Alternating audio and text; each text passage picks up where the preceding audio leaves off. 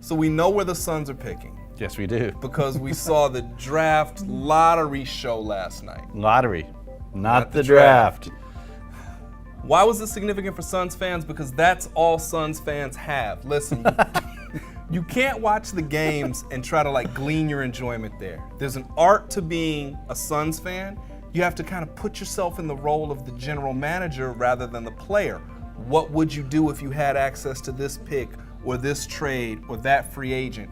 That's the way to follow this team. But you were watching for a different reason last night. Tell me about it. By the way, I would say to be a Suns fan, you have to put yourself in the role of the sadomasochist. I think that's the way that works. But only recently, yeah, it used to be great, and it used to be the same thing happened to the Cardinals. They used to lose when they lost in exciting ways. Right. I liked my favorite NBA time was the when everybody was doing cocaine and scoring 200 points in a game. Then there wasn't any defense. I'm sorry. If David Thompson going for 73, that is my idea of the ultimate NBA. I love David Thompson, by the way. But anyway, yeah, I was watching the lottery for different reasons. I was watching it because I wanted to see what it was like as a TV show, and in that regard, it was not the lottery show. It was the Zion Williamson show. It was just like during the tournament. He had his own camera. He sat there, and to his credit, he seemed embarrassed by it. Because they kept saying, you are the most important player since LeBron James and all that stuff. And he was just like, I'm just sitting here. That's the thing I'm concerned about. Let's take the TV show aspect of it off the table briefly and just talk about the media hype in general. I worry that it's just too big. I know that Zion Williamson does things that we don't normally see.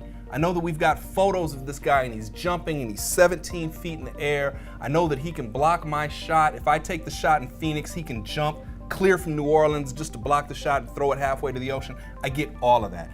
I'm just saying that is it really fair for a bunch of people whose job it is to talk about sports on television to hype this guy up to these types of proportions that it's going to be frankly impossible for him to live up to any of it? It's too much for that one guy. I was thinking about that last night, and I went out to the grocery store after it was over and I'd written my story or whatever, and they were still talking about it, of course, everywhere. And I thought, what is going to happen, when it gets to be February of next year and the guy's averaging 16 points a game, and he's really solid. He's like 16 points, 11 rebounds or something like that. By any standard, a really good rookie season.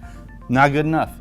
He's got to be the guy. And it's going to be completely unfair. You're a Virginia guy. Tell me about Ralph Sampson. But Ralph, I think, always, even at UVA, suffered from greater expectations than really anybody could live up to.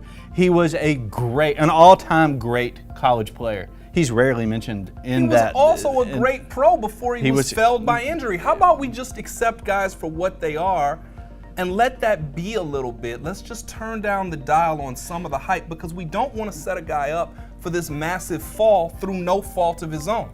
And by the way, I think he will do better than that. I think he will have a really good. Who knows where he's actually going to end up, if he's going to end up in New Orleans. I really wish we were the ones who were going to get to watch it. And by the way, last night, as soon as the Suns were announced that they was going to pick sixth, they disappeared from ESPN. They might as well not even have been there. I mean, they later did a mock draft top 5.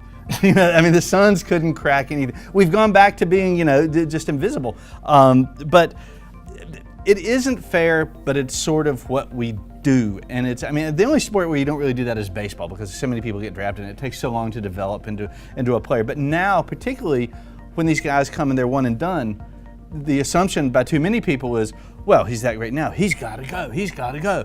You look at these guys, and I'm old and everything, but you stay 2 or 3 years. You don't have to stay 4 years. I don't actually think legally they have to stay at all. They go if you want to go and take your chances, but they would be better served if they stayed longer, and I think we would expect a little less of them. They could kind of transition in there a little more easily. I think that every year there's going to be a new set of guys who come out, and every year these guys are going to be heaped with all of these expectations from people who have been observing the sport for decades, people who frankly ought to know better, who are setting these guys up for massive disappointment and massive failure. And again, even if Zion is Rookie of the Year, unless he's an all-star as a rookie, unless he's all-NBA as a rookie, unless he goes directly to the Hall of Fame from the court as a rookie, he's not going to be able to live up to the hype, and I have a problem with that. But we'll deal with the rest of that later. Greg Moore, Bill Goodykoontz. don't forget to like, share, and subscribe.